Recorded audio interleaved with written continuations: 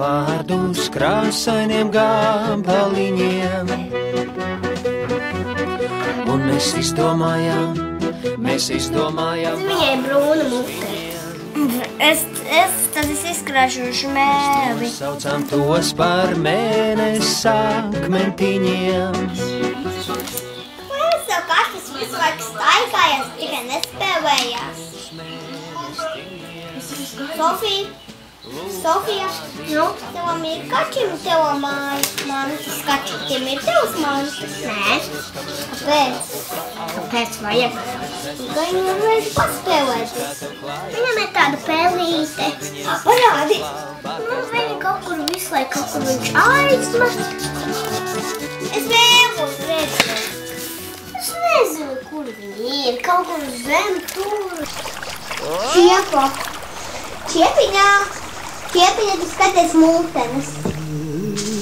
Sofija Čiepa skatās mūtenes arī.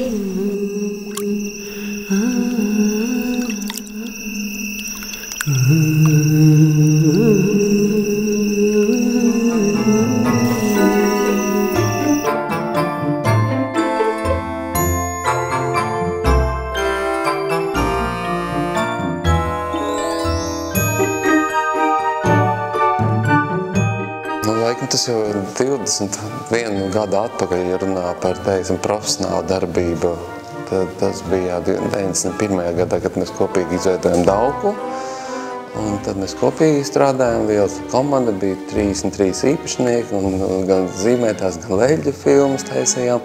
Bet tajā pirmsākumu varbūt meklējām vēl no skolas gadiem, kad es veidoju pats savas amatieru filmas. Un arī tad institūtā jau bija profesionālākas filmas, kad mācījos Pēterburgā, Ļeņgradā tajā laikā.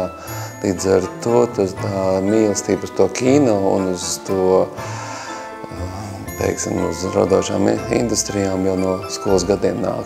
Un animācija tieši varbūt no 91. gada, jo tas brīdis bija, kad veidojās visādas SIA un tādas pirmie uzņēmumi, un, protams, animācija bija tas, kas man pavēra skatu uz to, kad caur animāciju pirmkārt viņa ir ilga dzīvot spējīgāka, viņai ir daudz lielāks, garāks mūžs. Un tas viens, kas man interesē, un otrs man interesē tas, kad viņa ir daudz internacionālāka, respektīvi viņa nav tik lokāla. Skot! Uguntiņas zālē sakritušas! Jāņa Tārpiņš! Tā!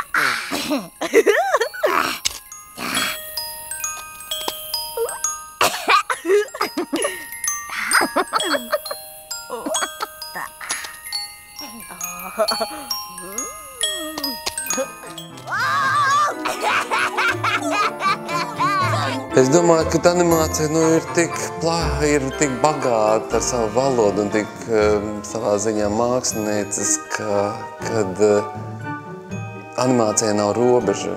Ne telpā, ne dimensijās, ne savā vizuālā risinājumā, ne fantāzijā. Viņai nav robeža.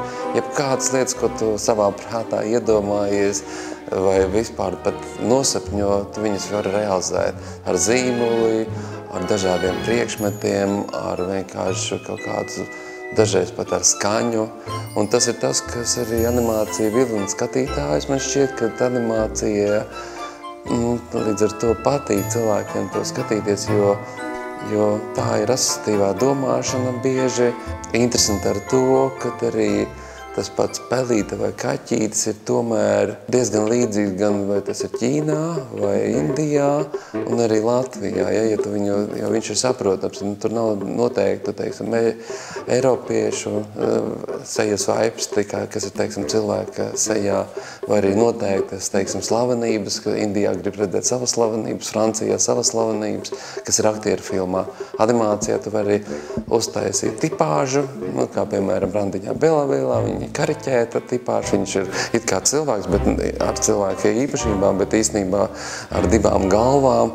Un ja tas būtu spēlfilmā, tad, jo tā ir mafija šajā gadījumā ar divu galvām, un ja ir spēlfilmā būtu viens cilvēks ar divām galvām, tas rada zināmai sabiedrības daļai noteikti nepatiku.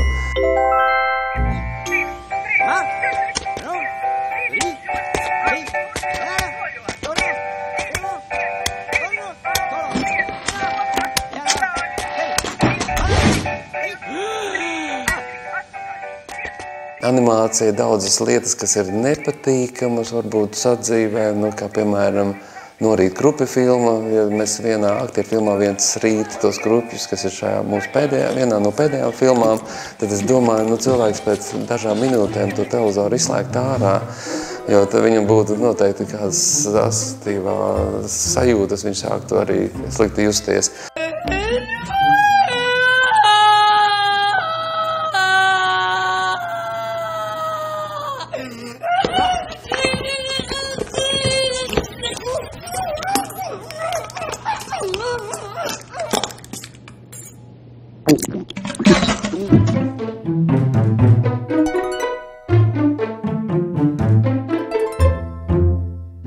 Animācijas filmā ir ļoti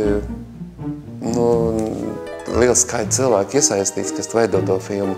Tā kā, lai būtu laba, ir jābūt pirmkārt komandai, jābūt interesēji par to darbu, tev jāmīl to, ko tu dari. Un, ja tu to mīli, to darbu, tad arī tā enerģētika, kas nāk arī no viena krāsotāja, kas krāsto to atsevišķo zīmējumu, un ja viņš būs labi nokrāsots, tad arī tam skatītājs to ieraudzīs. Un tas ir vairākas mūsu filmas pierāda to, ka tu dažreiz skaties zālē kopā ar bērniem, un tad tu redzi, kā viņi kā magnēts pie ekrāna pielīp, un viņi pat aiziet no savām skatītāju vietām pie skatuves, un vienkārši tā kā burvestības pārņemti ar to filmu.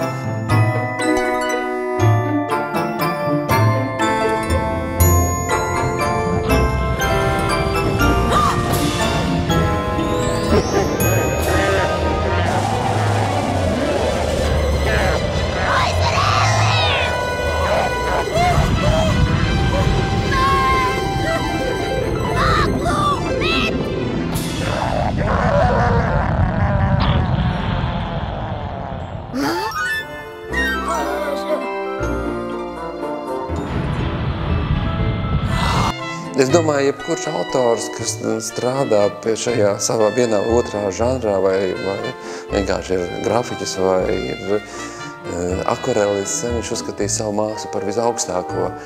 Un es domāju, ka jebkurā gadījumā patiešām viennozīmīgi es varu pateikt, ka tā ir māksla. Ja es varu pateikt to, ka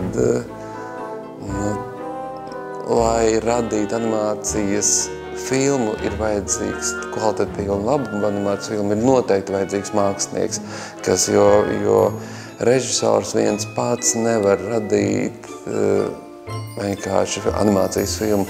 Līdz ar to tas ir tandēms, tas ir scenārijs, mākslinieks, režisors, komponists, animatori, kas aktieri ir. Līdz ar to tā ir tā simbioze dažādu mākslu, dažādu zināšanu un dažādu, teiksim, izglītību un kultūru apvienot. Līdz ar to tā ir, es negribētu, teiksim, pacelt augstāk par aktieru mākslu, animācijas mākslu, bet es domāju, ka viņi ir noteikti, ir ļoti viennozīmīgi tā ir māksla,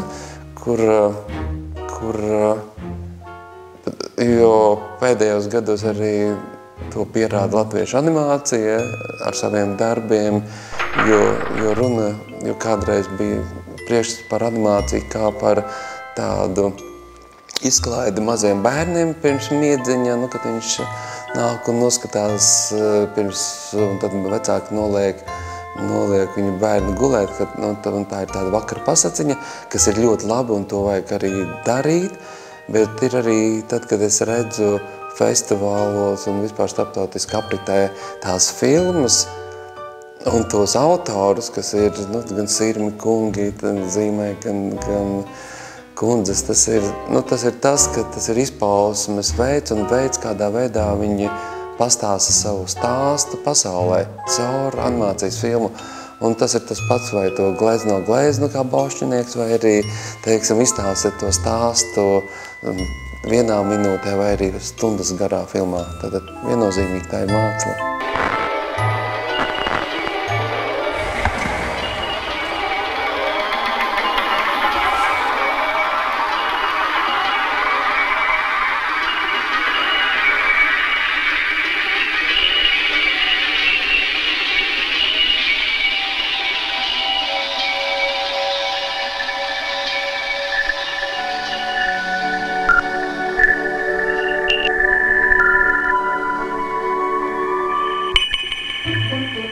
Bet, protams, ja runā, piemēram, par filmu Lati vai Joka pēc alfabēts vai kad ābola ripo, tur ir, zinām, skaidra auditorija, mērķa auditorija ar domu, lai, šajā gadījumā, ja runā par alfabētu, tad ar domu, lai bērni viegli varētu uztvert, mācīties, lai tas būtu saprotams, un ir skaidrs, kam tas ir domāts un ar kādu mērķi. Un, tas mērķis ir sasniegts. Mežu ģimeni helikopters izglāb īstu jaguāru.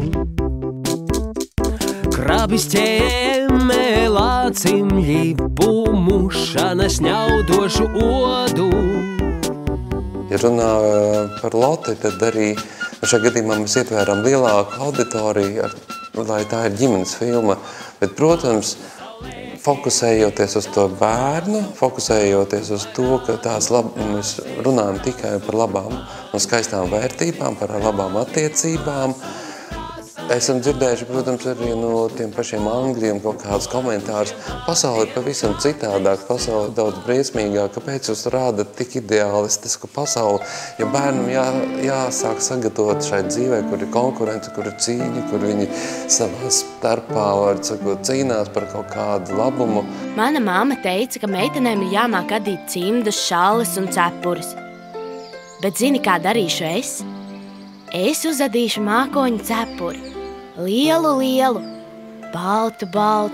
Un no tā lielā mākoņa izšķilsies 5 mazas cepurītes. Kad putniem debesīs paliks augsti, viņi atlidos un paņems. Ja tu būtu putns, arī tu varētu kādu dabūt. Beidz, mākoņu cepurš nedēļ. Tev nemaz nav fantāzijas. Tad, protams, es domāju, ka mēs ļoti labi atšķiramies tieši ar šitāda veida filmu, ka viņi ir savādāka, un daudziem tas ļoti patīk, un nepavēlti šo filmu ir iegādājušies ļoti daudzas valstis, lai izrādītu savos televīzijas kanālos, lai izrādītu viņas kinoteātros, un tas ir tas novērtējums, ka tā filma ir mazliet savādāka, bet viņai ir pieprasīta, un man šķiet, ka ļoti bieži tie cilvēki, kas iepērk tās filmas, piemēram, televīzijas, domā, ka tiem bērniem ir vajadzīgas tieši tās ātrās, agresīvās filmas un tā tālāk. Bet man šķiet, ka tā tas nav, jo es domāju, ka tieši tie pieaugušie cilvēki ir tie, kas veido viņa gaumi un kādas grāmatas tu savam bērnam dos, kad viņš ir maziņš, kādas filmas tu viņam piedāvāsi, par ko tu runāsi, tas ir tās vērtības, ko arī tu ieaudzini sākumā. Izēda māte visu. Tu nevarēsi tik daudz apēst. Kāpēc? Tu varēsi papēst. Nē, mēs varam kopā. Mēs domājam vārdus krāsainiem gabaliņiem. Un mēs izdomājam vārdus viņiem. Mēs nosaucam tos par mēnesa akmentiņiem. Un nevis par akmens mēnestiņiem. Kad jūs arī atnāc pazīmēt? Visas idejas un viss sanāk, teiksim, 1 gada laikā 10 minūšu filmu no idejas līdz realizācijai var uztaisīt. Var uztaisīt arī 2-3 mēnešos. Tas ir atkarīgs no cilvēka skaita, cik cilvēku piedalās filmēšanas procesā. Respektīvi animācijas, jo, lai uzzīmētu vienu sekundi, ir vajadzīgi apmēram 20 zīmēm tikai animācija, bet, lai vēl nokrāsotu, tur tā komanda ir ļoti plaša. Tā ka vidēji mums tomēr mūsu studijā ir kādi paiet 2 gadi, tas arī saistīts ar finansēšanu bieži, kad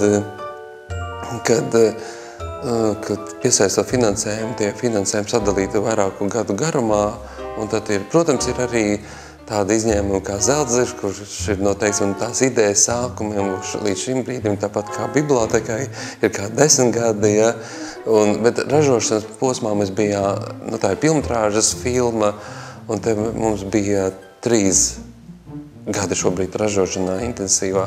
Lote mēs 2 gados, ja, nu, bet arī tur, teiksim, sagatavošana, pabeigšana, teorētiski arī 3 gadi. Tā, kad filmtrāžas filmē ir vajadzīgi kādi 2-3 gadi Latvijas apstākļos, un īsfilmām 1-2 gadi. Un katrs pavasaris saplauka cerībās. Varbūt brīnumi notiek. Varbūt dziļa meža vidū, kur kāju nav spēris neviens, vēl ir burvju pļava, kur pūkaini brīnumi briest. Dators ir kā instruments, ja, un dators nevar atrisināt tavu radošo izpausmu, dators nepalīdz tev radīt kaut kādas idejas. Viņš ir tikai instruments, kādu tu realizē savu ideju.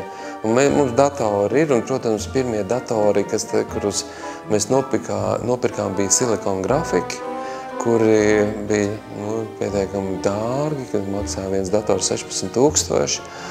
Un mēs parakstījāmies par to, kad neizmantosim šos datorus militārajiem mērķiem, ja, un tā tālāk.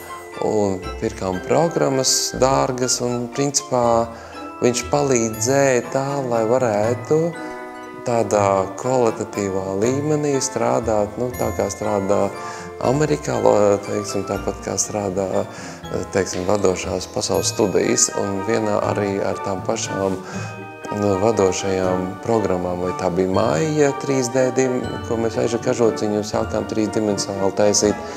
Bet tas ir tā, bet šobrīd, ja runā par to datoriem, viņi visi stāv uz plaukta, kā ļoti lēni, nekam nederīgi un tā tālāk aparāti, ja? Jo tas ir dzelzs īstenībā, un datora mūžs ir 2-3 gadi un met viņu ārā. Līdz ar to dators tikai palīdz mums, nu, teiksim, ieskanēt zīmējumus, ja? Jo tikpat labi, protams, var zīmēt flešā uz vakuma tabletēm, nu, te foniem mēs zīmējam uz vakuma tabletēm, bet zīmējam mēs pamatā roku, tāpēc, ka mēs gribam saglabāt to enerģiju, ko dod cilvēks, ja? Jo tāda līnija vai tās līnijas raksturs, to dators nevar izdarīt. Piemēram, tā filma, kā Dablo Ripo, es esmu rādījis vairākiem vadošajiem pasaules speciālistiem, kas izstrādā programmatūru, piemēram, Toon Booms, ja? Kas ir ar ko strādā Hollywoodā, strādā, nu, visas lielās kompānijas. Un es saku, vai varētu jūs nokrāsot tā un šitā, jā, kad viņi saka, jā, mēs varam visu izdarīt, mēs varam nokrāsot tā, kā jūs gribēsiet. Un tad, ja es parādu, kā mēs gribam nokrāsot zīmējumu, tad viņi saprot, ka to nevar, ka to var tikai nokrāsot ar vienkārši zīmuli, rokām, un tas ir tas raksts, kas ir tajā attēlā redzams.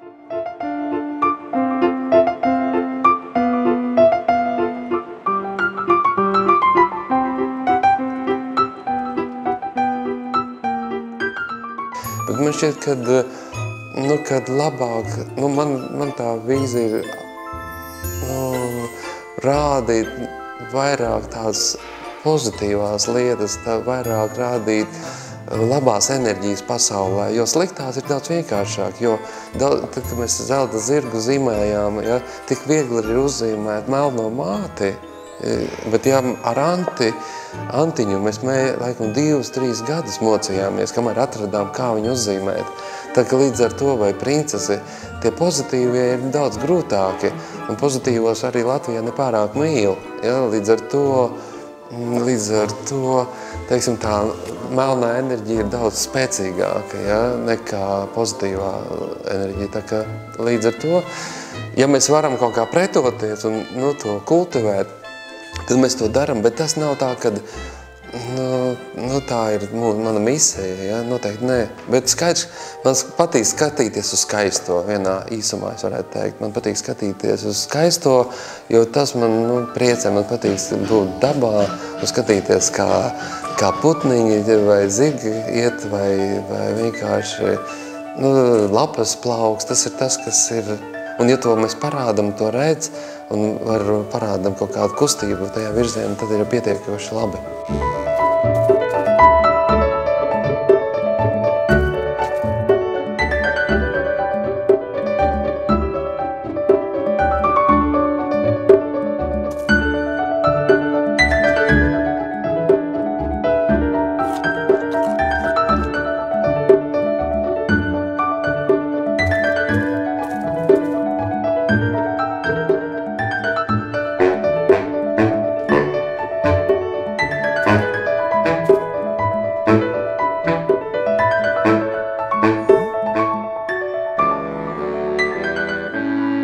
arī to, ko mēs studijā darām, pamatā man tāda sajūta, ka tas ir dzīves saturs. Ja tas ir tas, kas ir, ka tās hobijas sakrīt ar tavu, teiksim, ar tavu pamatdarbību. Un tas ir tas labākais, kad cilvēks priecājas par to, ko viņš dara. Un ja viņš priecājas par ko viņš dara, tad arī viņam ir rezultāti. Man tā personīgi vismaz vienmēr notiek. Un, protams, ir kaut kādā veidā ir visu laiku palīdz kāds no malas tev, lai teiksim, ir bijuši tādi gadījumi, ka kādi esam Hollywoodai uztaisījuši fonus un situācijas zīmējumus, un viņi atsūtīja, un tas bija 10 gadus atpakaļ, atsūtīja čeku $135,000, un es samaksāju visiem cilvēkiem par darbu, un tā tālāk, bet tas čeks, respektīvi, viņi saņēma, aizgāja uz banku, iesniedz bankā, un tie mūs apkrāpa, tie Hollywoodas pārstāvi. Un 135,000 10 gadus atpakaļ, bet vairāk ir milzīga nauda, ja? Un, protams, tajā situācijā tu negribi teikt, ka tu bankrotam, ja? Tad, bet tajā pašā laikā tu saproti, ka tu nevari teikt cilvēkiem, ziniet, man nav naudas, un skaidrs, es samaksāju visu cilvēkiem, un viss bija izdarīts, bet tādas situācijas, sitieni ir bijuši, nav tā, ka visu laiku viegli bijis. Ja? Tu to naudu pameti un tu to dabūsi atpakaļ. Nē, viņš man būtu nositis. Vienalga, bet atstāt naudu. Ej! Viens, es tai mājā iekšā nelīdīšu. Tajā pašā laikā mēs arī neesam nekad izjutis tādu stresu, un mēs arī neesam sekojuši līdzi teiksim, kreditēšanas bumam, ka arī mūsu cilvēki nebija izlutināti ar lielām, milzīgām algām, lai skrietu jau pirmajā situācijā pirkt jaunāko BMW vai plašu dzīvokli. Līdz ar to mēs kaut kā balansējām starp to reālo dzīvi, kas te Latvijā notiek, un ar tām iespējām, ko mēs varam. Jo skaidrs, es uzskatu, mēs esam izdarījuši daudz vairāk nekā tas finansējums kopējais ir. Nauda nav noteicējis mūsu biznesā, ja? Jo ir bijuši gadi, ka mēs nodokļu samaksājam vairāk valstī, nekā mēs esam saņēmuši finansējumu. Tā, ka tas atkarīgi, teiksim, pēdējos gados bija drusku labāk, bet ja šogad visai nozarei animācijas ar 176,000, ja, tad ir diezgan, tā ir diezgan sarežģīta situācija visā tajā. Bet, es tādā ziņā, nebūs tas, darīsim citu. Tā kā mēs, kā skaists un veikls kaķēns, kuru met no jebkura punkta, viņš nokritīs uz ķepiņām. Tā arī mēs mēģinām visu laiku, ja met kāds, tad mēs krītam uz ķepiņām. Pārdiem es lidoju, kur sapnis sauc, kādā salā drīz beidzās šis loks. Tālāk būvēju laivu, tam derēja labi, man vietējais zemeļo koks. Devos jūrā, bet vētra bruka virsū tūlīt, un laiva bija caura kā siets. Taču peldēšana ir mans otrais vārds, un peldēju veikli kā miets. Drīz jau pienāca ziema, kur augstamunas jūrai pārklājās ledainais vāks. Taču kārtīgi vīri, kā piemēram es, ar slidām rīkoties māka. Pa ledu es laidos kā hokeja fans, un gandrīz jau biju klāt. Kur gaida dēls un veseris mans, bet izkusa ledus akmāt. Īsts kaķis vienmēr krīt uz kājām. Jauniem cilvēkiem un jebkuram cilvēkam šobrīd laikmets ir vienkārši pasakains ar to, ka iespējas novēlēta jebkuram cilvēkam dzīvot to mūžu. Tā kā, kāds man ir pašam personīgi, es domāju, ka tā ir dāvana cilvēkam. Darīt to, ko viņš vēlas, būt apmierinātiem ar to, ko tu dari, un būt kopā ar cilvēkiem, ar kuriem tu esi kopā. Labi būt, kad esam kopā mēs tā. O,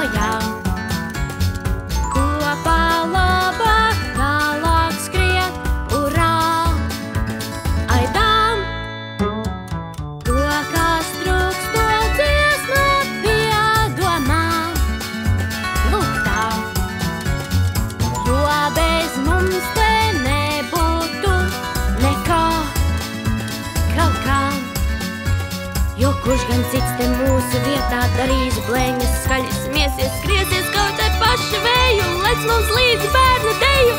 Pirmo